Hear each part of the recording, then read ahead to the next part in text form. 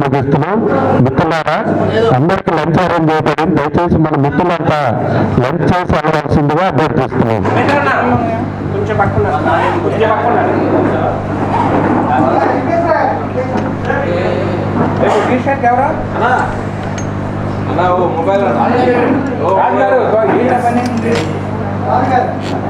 Thank you sir. Okay sir.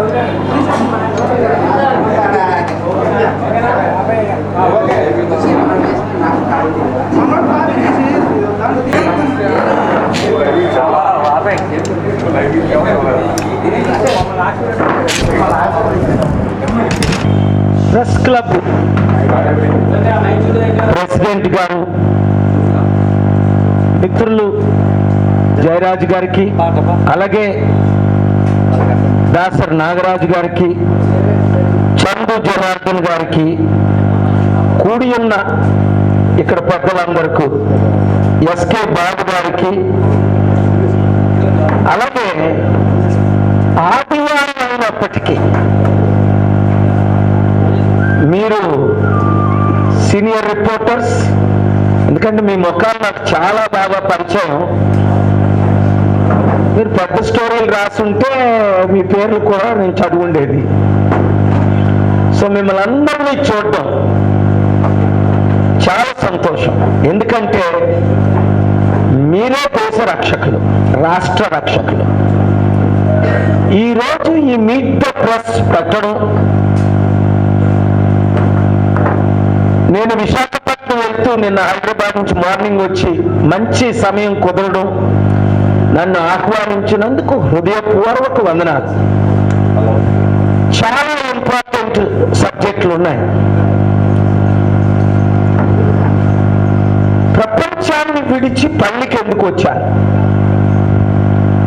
5 లక్షల కోట్లు ఎడం చేతికి తెలియకుండా కుడి చేతితో పంచి కనీసం ప్రెస్ మీట్లు పెట్టకుండా ప్రపంచంలో ఉన్న ఏకైక వివిఐపి 747 హైదరాబాద్ 5 సార్లు వచ్చి నా సొంత చారిటీ పేరును పెట్టా. ఎందుకు నేను 2008 జనవరి నుండి ఇప్పటి వరకు ప్రపంచాన్ని విడిచిపెట్టి పల్లెలు తిరుగుతున్నాను.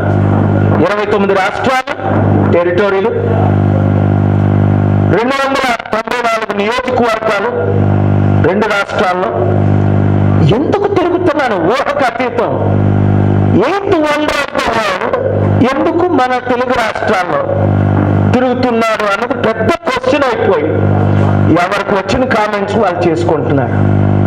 అయితే సెంట్రల్ మోదీ, అమిత్ షా రూపాల వారి గవర్నమెంట్ చేస్తున్న అవినీతిని నేను ఎత్తి చూపిస్తున్నప్పటికీ, సేవ్ ఇండియా ఫ్రమ్ మోదీ అని బుక్ రాసినప్పటికీ, నెలకి 1,00,000 కోట్ల అప్పు ఎందుకు చేస్తున్నారని అనేక సార్లు మోదీ గారిని నిలదీసినప్పటికీ, ప్రతిరోజు మోదీ గారు చేస్తున్న తప్పుల్ని నేను ఎత్తి చూపిస్తున్నప్పటికీ నన్ను వారు ఎందుకు వాడుకుంటున్నారు?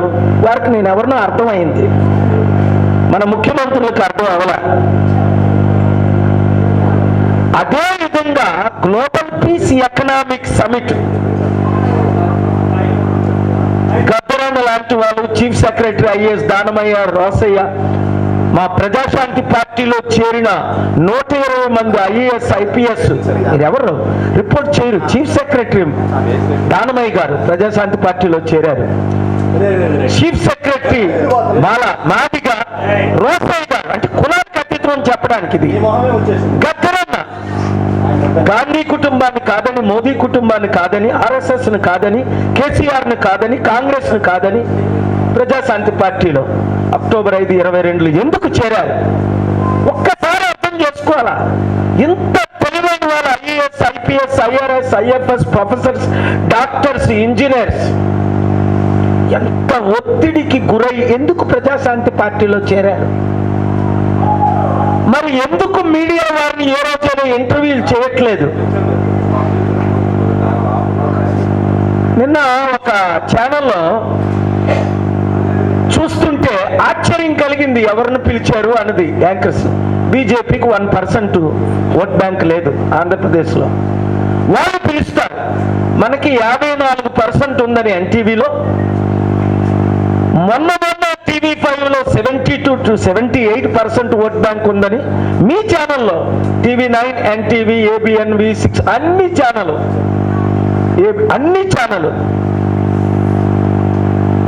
మినిమం 54%.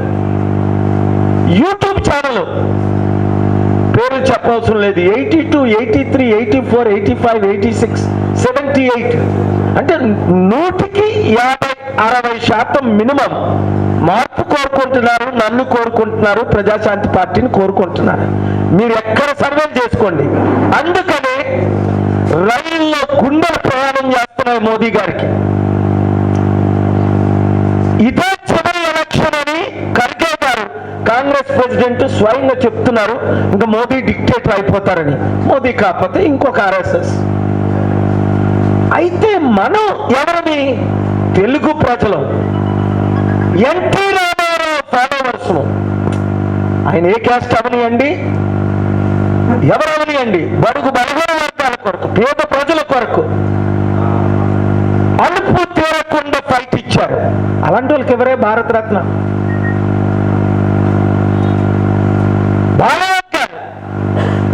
నాకులాగా బొగ్గుల నుంచి పైకి ఎదిగిన వ్యక్తి ఎమ్మెల్యే కాకముందు నన్ను కలిశారు.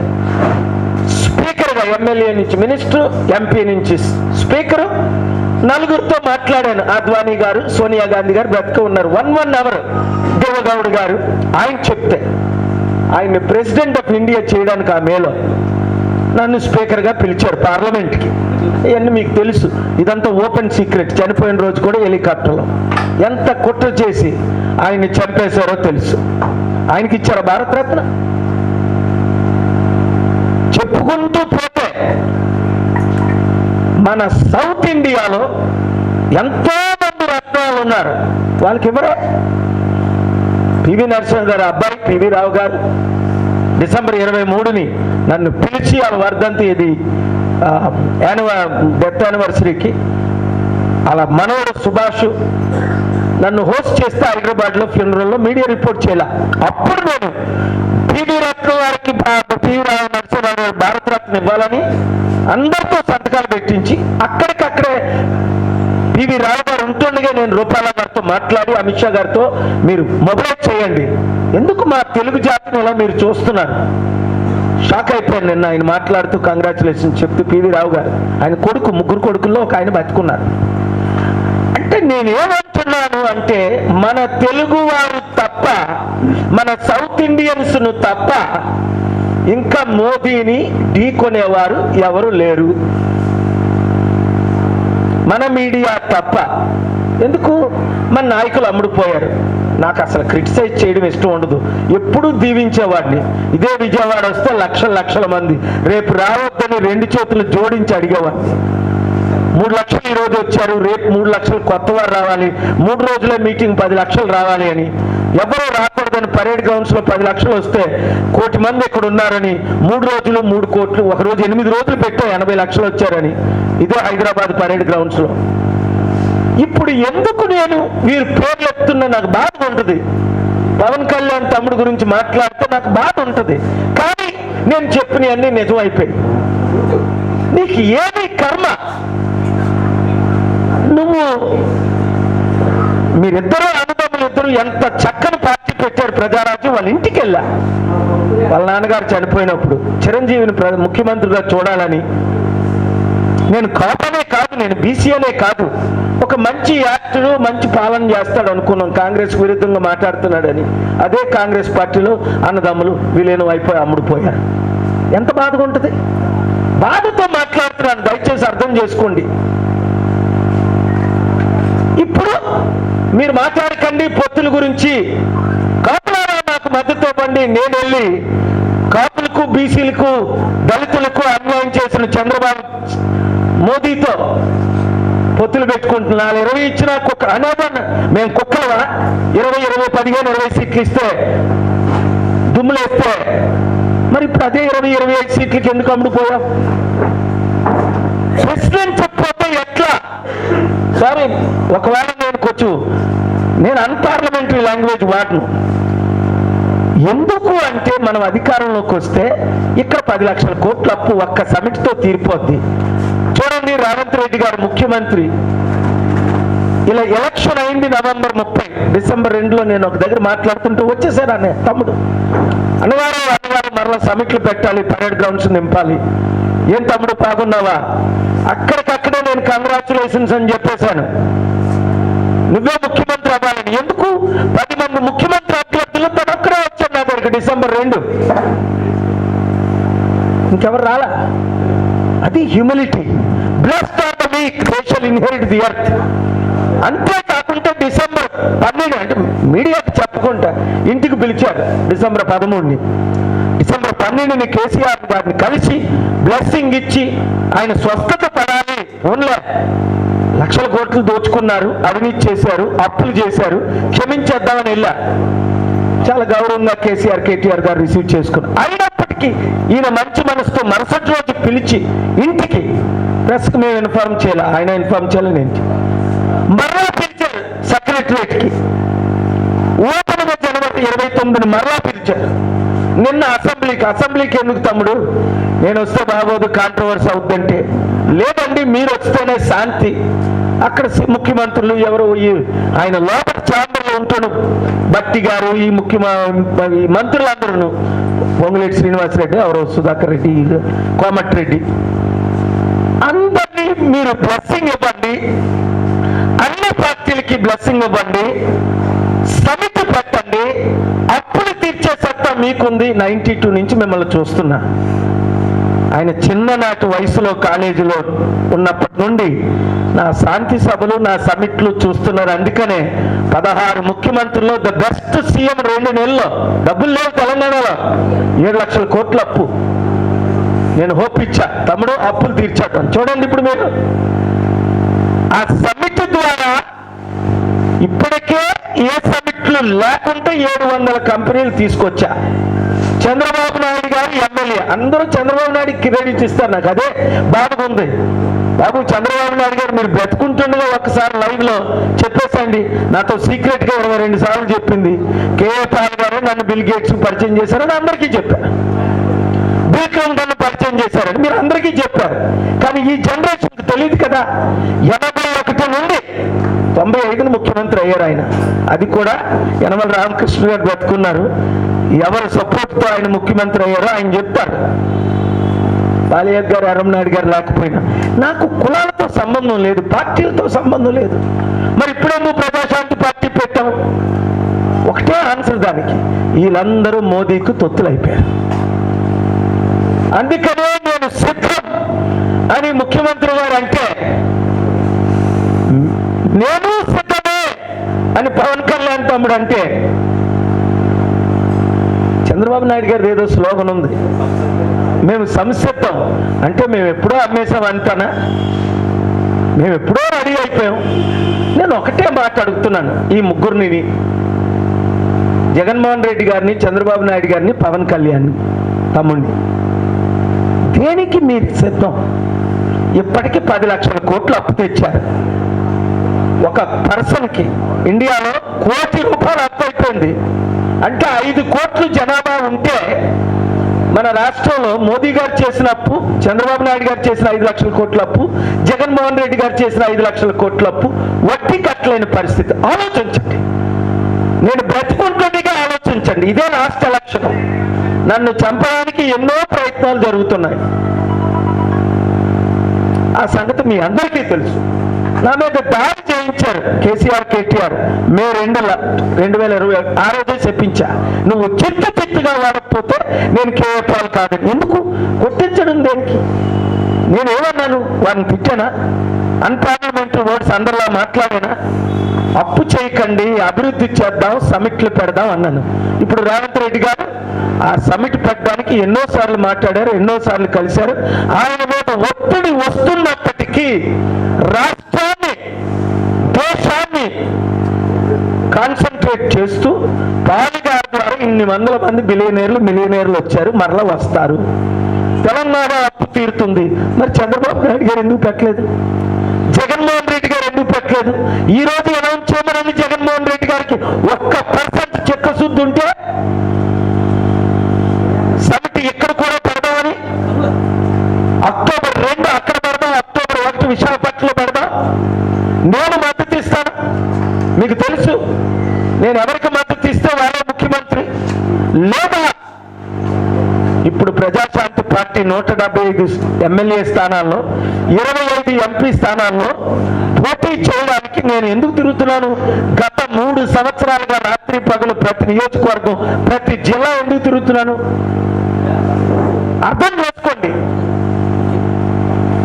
1 10 లక్షల కోట్లు అప్పు తీర్చడానికి వీళ్ళు చేసిన అప్పు, 2 కోటి నిరుద్యోగులకు ఉద్యోగాలు ఇవ్వడానికి, 3 అప్పు చేసి జగన్మోహన్ రెడ్డి గారు ఇస్తున్న టెంపరీ 5,000 వాలంటీర్లకి పర్మనెంట్ చేసి 20,000 జీతం ఇవ్వడానికి, 4 ప్రతి నియోజకవర్గంలో ఉచిత విద్య, KG to PG ఉచిత వైద్యం చేయడానికి.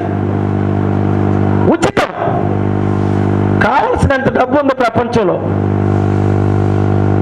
మనకి నేను అమెరికా వెళ్ళినప్పుడు దాదాపు 35-40 సంవత్సరాల క్రిందట ఇండియన్ జీడిపి, చైనా జీడిపి ఒకటే. ఈరోజు చైనా జీడిపి 18 ట్రిలియన్, మన 3 ట్రిలియన్ కాదు, 2.7. అంటే 6 రెట్లు ఎక్కువ. మనం సమానంగా ఉండేవారు 30 సంవత్సరాల క్రిందట, 35 సంవత్సరాల క్రిందట. ఇప్పుడు 6 రెట్లు వాళ్ళలో పెరిగారు. 100 దేశాలకు వాళ్ళని పంపించారు. 100 దేశాల్లో మనవలను అప్పులు తీర్చుకుంటున్నాం. చూడండి ఏ ఛానల్ లైవ్ ఇస్తున్నాయి, దేవుడు వారిని దీవించగాక. ఏ ఛానల్ లైవ్ ఇవ్వట్లేదో మోదీకి తప్పులు అయిపోయారు. ఇంతకంటే ఇంపార్టెంట్ సబ్జెక్ట్ ఉందా? ఇప్పుడే పురంధేశ్వరి మాట్లాడుతుంది, ఆవిడకి లైవ్లు ఇస్తున్నారు. ఏం మాట్లాడుతుంది? మోదీ కోట్లేమంటుంది. అసలు అంత మంచి ఆవిడ అమ్ముడిపోయిందో నాకు అర్థం అవట్లా. మోదీకి ఎవరైనా ఒక్కరైనా మోదీ తొత్తులకు ఓట్లు వేయొచ్చా? మానవత్వం ఉన్నవారు, రాష్ట్రం మీద ప్రేమ ఉన్నవారు. ఎందుకు మోదీ గారు మనకి స్పెషల్ స్టాటస్ ఇచ్చారా? స్పెషల్ ప్యాకేజ్ ఇచ్చారా? రైల్వే జోన్ కట్టారా? పోలవరం చేశారా? క్యాపిటల్ సిటీ కట్టారా? స్మార్ట్ సిటీలు కట్టారా? 15 లక్షలు ప్రతి ఒక్కరికి ఇస్తానన్నది ఇచ్చారా? నల్లధనం తీసుకొస్తానని చేశారా? వెంకటేశ్వర స్వామి మొత్తం అన్ని దరిద్రత నిర్మూలన చేసేస్తాను స్పెషల్ స్టాటస్. 100లో 1 వాగ్దానం నెరవేర్చారా? ఆంధ్రుల కొరకు, తెలంగాణ కొరకు, తెలుగు ప్రజల కొరకు మోదీ గారు ఏం చేశారు? ఒక్కటి చెప్పానండి. ఈయనేమో రాత్రిళ్ళు మసాజ్ చేస్తాడు 11 గంటలకి ఒక ఆయన, వెంటనే ప్రజలు అమిత్ షా ఈయన కలుస్తాడు. 5 సంవత్సరాలు వెయిట్ చేసి అవసరమా? 60 కేసులు ఉన్నాయి. నాకు తెలియదు చంద్రబాబు నాయుడు గారి మీద 60 కేసులు ఉన్నాయని. ఈ మధ్యనే తెలిసింది ఆయన అరెస్ట్ అయిన తర్వాత. 16 సంవత్సరాల బెయిల్ కూడా పెండింగ్ అట, స్టే ఉన్నాయట. ఇవన్నీ నాకు తెలియదు. మంచి హీరో అనుకున్నాను 2019 ఆయన మాట్లాడుతుంటే మోదీని ఫినిష్ చేసేద్దామని. ఇప్పుడు ఆయన సరెండర్ అయిపోయారు. జగన్మోహన్ రెడ్డి గారు అంటే మనకు అందరికీ తెలుసు. 32 కేసులు ఉన్న 12 కేసులు ఈడీ ఏ రోజు బెయిల్ క్యాన్సిల్ చేస్తే ఆయన విజయసాయి రెడ్డి జైలుకి వెళ్తారని ఇప్పుడు బీజేపీ స్పోక్స్ పర్సన్ గా మారుతున్నారు. ప్రజాశాంతి పార్టీ ఒకటే. ఈ 2 పార్టీలకి ఇప్పుడున్న 2 పార్టీలు, కాంగ్రెస్ లేదు ఇక్కడ, 1% ఓట్లు రాలేదు. చూసుకొని నేను చెప్పినవన్నీ జరుగుతున్నాయి. 2009లో చిరంజీవి గారికి 18% ఓట్లు వచ్చాయి, 18 సీట్లు వచ్చాయి. ఎప్పుడైతే 2011లో చిరంజీవి, పవన్ కళ్యాణ్ కాంగ్రెస్ తో విలీనం అయిపోయారో, కాపులందరినీ బీసీలు అమ్మేసి 2014లో మన తెలుగు ప్రజలు బుద్ధి చెప్పలేదా? కాంగ్రెస్ కి 0.5% ఓటు వేయలేదు, 40% ఉన్న వారికి, చిరంజీవికి 0.5% ఓటు, ఇద్దరికి కలిపి 1% ఓట్లు రాలేదు. మరి అలాంటి తెలుగు ప్రజలు, అలాంటి ఆంధ్రులు ఇలా స్టీల్ ప్లాంట్ అమ్మేస్తుంటే మరలా ఇప్పుడున్న పార్టీలకి మేము 20%, 30% ఓట్లు వేస్తానని ఎలాగంటారు? అందుకనే నేను ఆంధ్రప్రదేశ్లో 2 కులాలు 77 సంవత్సరాలు వెళ్తున్నాయి, కులాలకు అతీతంగా బీసీ కాపుగా పుట్టి దళితులమ్మాయిని పెళ్లి చేసుకొని 86లో కులాలు మనకొద్దు, మతాలు మనకొద్దు, అందరం కలిసి ఉందాం. ఎవరికైనా ఇప్పుడు అందరూ అడుగుతున్నారు పొత్తులు పెట్టుకుందామని. ఎలా పెట్టుకుంటాం పొత్తులు? బీజేపీతో పొత్తులు వీళ్ళకి ఖరారు అయిపోయింది.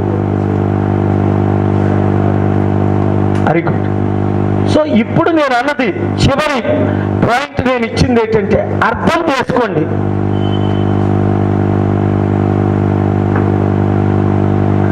ఆలోచించండి ఆంధ్రులారా, మీడియా మిత్రులారా, రిపోర్ట్ చేయండి. ఓనర్స్ దయచేసి ఆంధ్ర రాష్ట్రం కొరకు, తెలంగాణ కొరకు, దేశం కొరకు ఒక్క అవకాశం ఇవ్వండి. ఎమ్మెల్యే అభ్యర్థులు వైసీపీ నదుల్లో టీడీపీ, టీడీపీ నదుల్లో వైసీపీ, పిచ్చోళ్ళు కాకుండా ఎవరు? ఎందుకు మనకి అవసరమా? 92% ఉన్న మనం బడుగు బలహీన వర్గాలు, 8% ఉన్న వాళ్ళు 77 సంవత్సరాలు మనం వెళ్తే 92% ఉన్న వాళ్ళు మనం వెళ్ళుకోవద్దా? అందుకనే ముద్రగడ పద్మనాభం గారు చెప్పా, మీరు జనసేనలో కలుస్తారు. జనసేన వెళ్ళి టీడీపీ బీజేపీలో కలిసిపోయింది. మీరు ఎలా కలుస్తారు? బిందెలు చెంబులు ఎలా దూరుతుంది? బీజేపీ ఇక్కడ పార్టీయా? కనుక నేను కాపు నాయకులందరితో మాట్లాడాను, అనేక మందితో, ఒక్కరితో కన్నా లక్ష్మణతో సహా అన్ని పార్టీలకు అతీతంగా, కాపులారా, బీసీలారా, మీరు అమృతపోయే కాపుతో చేరుతారా? ప్రపంచాన్ని శాసించి 18 పార్టీలకు ఫండింగ్ ఇచ్చి 5 లక్షల కోట్లు ఇచ్చి ఇప్పించి 5 కోట్లు తాగలిగే కేవపాలతో మీరు ఉంటారా? నిర్ణయించుకోండి. ఇదే చివరి ఎలక్షన్. ప్రతి ఒక్కరు మీడియా మిత్రులారా 7569441275కి మీరు ఫోన్లు చేయండి. రేపు తగలపరుసులో ఉదయం 11 గంటలకు నేను పుట్టినూరు చిట్టివల తగలపరుసులో ఉంటున్నాను. ఎక్కడ అన్నది ఫేస్బుక్లో అడ్రస్ పెడతాం, మీరు రండి. విశాఖపట్నం ఎంపీగా నేను పోటీ చేస్తున్నాను, నన్ను పార్లమెంట్కి పంపించండి. ఇక్కడ నేను ఎంపీ అయితే ప్రధానమంత్రిని ఢీకుంటా, ఒప్పిస్తా, స్టీల్ ప్లాంట్ నమ్ముకుంటా, ఆపుతా, ఒక్క సంవత్సరంలో క్యాపిటల్ కట్టి చూపిస్తా, పోలవరం కట్టి కంప్లీట్ చేసి చూపిస్తా 2 ఇయర్స్లో, కోటి ఉద్యోగాలు 5 సంవత్సరాలు ఇస్తా, సంవత్సరానికి 20 లక్షల ఉద్యోగాలు. వాళ్ళందరినీ చూశారు. బాబు గారిని 3 సార్లు చూశారు, 14 సంవత్సరాలు. జగన్ గారిని 5 ఇయర్స్ చూశారు. ఇంకేం చూస్తాం? ఇంకా చూస్తారా అప్పులు? ఇంకా చూస్తారా అవినీతి? ఇంకా చూస్తారా దోపిడీ? ఇంకా చూస్తారా దౌర్జన్యం? ఇంకా చూస్తారా? మహిళలారా రండి, నిరుద్యోగులారా రండి, ప్రజాశాంతి పార్టీలో చేరండి. Thank you very much. మీరు డేరింగ్ డాషింగ్ లీడర్స్ కనుక నన్ను పిలిచారు. నన్ను పిలిస్తే పంచులు ఎలాగుంటాయో తెలుసు. Thank you. ఏ ప్రశ్నను అడగండి. మోదీ గారిని ప్రశ్నలు అడగడానికి ఆయన దొరకరు, జగన్మోహన్ రెడ్డి గారు. నేను మాత్రం everyday available. Please any question. 2008లో పార్టీ పెట్టారు. Very good. 2009లో పోటీ చేయాల, మీరు 2014లో పోటీ చేయాల, 2019లో పోటీ చేశారు. అన్నింటిలో పెడితే లక్షల మంది పోటీ చేశారు. అసలు మీకు నర్సాపురంలో 250 ఓట్లు ఎందుకు వచ్చింది? ఒకటి. రెండోది ఎంపీకి 3000 ఓట్లు ఎందుకు వచ్చింది మీకు నర్సాపురంలో? అన్నింటిలో పెడితే లక్షల మంది వచ్చే జనాభా ఎందుకు మీకు ఓట్లు వేయాలి? మంచి ప్రశ్న. Thank you very much. మీ పేరండి? రత్నాకర్ గారు. అలా అడగాల ప్రశ్నలు అన్నది. ఈ మధ్యని TV5 మూర్తి గారు ఇంటర్వ్యూ చేస్తుంటే నన్ను 1 అవర్ సడన్ గా రఘురామకృష్ణ రాజు గారు లైవ్ వచ్చారు. మీరు చూసే ఉంటారు. దాదాపు 50-60 లక్షల మంది చూశారు ఆ బయట. పాలు గారిని నేను వెళ్ళాను హోటల్కి ఎలక్షన్స్ ముందు. సార్ మీరు నాకు మద్దతు ఇవ్వండి, కలిసి పనిచేద్దామని. హోటల్లో లైవ్లో మీడియా ఉంటుండగా 2 సార్లు కలిశాను. రఘురామకృష్ణరాజు గారికే ఓటేయండి నాకు, ఎందుకంటే 1 వీక్ టైం ఉంది, 1 వీక్లో నేను ఎలక్షన్లో కంటెస్ట్ చేయకూడదు, నామినేషన్ వేశానని చెప్పాను. అందుకని రఘురామకృష్ణరాజు గారే మీరు కొట్టండి, కేపాల్ రఘురామకృష్ణ T5 అని. డైరెక్ట్గా 1-2 months బ్యాక్ నేషనల్ ఛానల్లో పాలు గారు నన్ను గెలిపించడంలో పాలుగారి హస్తం ఉంది, నన్ను గెలిపించారు, నాకు బ్లెస్సింగ్ ఇచ్చారు, నాకు ఓట్లు వేయించారని ఆయనే చెప్పారు. Thank you very much. ఇప్పుడు ఎంపీ గారు.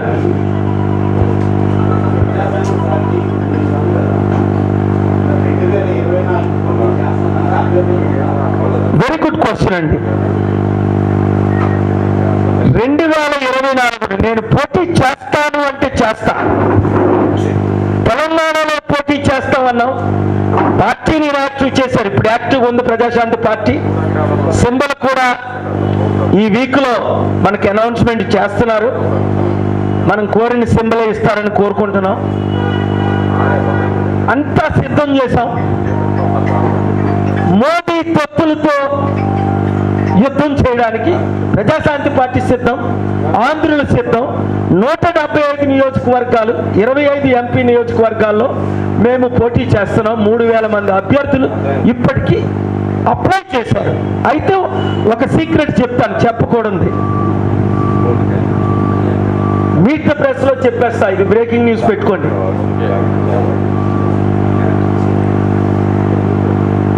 మోదీ తొత్తులతో యుద్ధం చేయడానికి సిద్ధమైన అభ్యర్థులు ముందుకు రాట్లా. పాపం ప్రొఫెసర్స్, ఐఏఎస్లు, ఐపీఎస్లు. జేడీ లక్ష్మీనారాయణ గారు తమ్ముడు 7 సార్లు కలిశారు 2 months బ్యాక్. 1000 కోట్లు ఉంటే నేను పార్టీలో చేరుతానన్నారు. జ్యోతి మమతా కూడా ఉన్నారు, వాళ్ళ ముగ్గురు. నేనేమన్నా, ఇక్కడ నా పార్టీలో 1000 కోట్లు లేవు, ఒక 100 కోట్లు మీకు విదేశాల్లో చారిటీకి నేను ఇప్పిస్తా అందరి ముందే. ఆయన ఏదో పార్టీలో చేరారు. అంత మంచి జేడీ లక్ష్మీనారాయణ గారే 1000 కోట్లు 100 కోట్లు ఆశిస్తే, ఆయన మొన్న ఇంటర్వ్యూలో నేను ఐఎమ్ నాట్ ఫర్ సేల్ అన్నారు. ఆయన ఫర్ సేల్ కాదు అంటే 100 కోట్లు నాకు 1000 కోట్లు ఆయనకి ఇస్తే ఆయన గట్టిగా పోటీ చేద్దామని.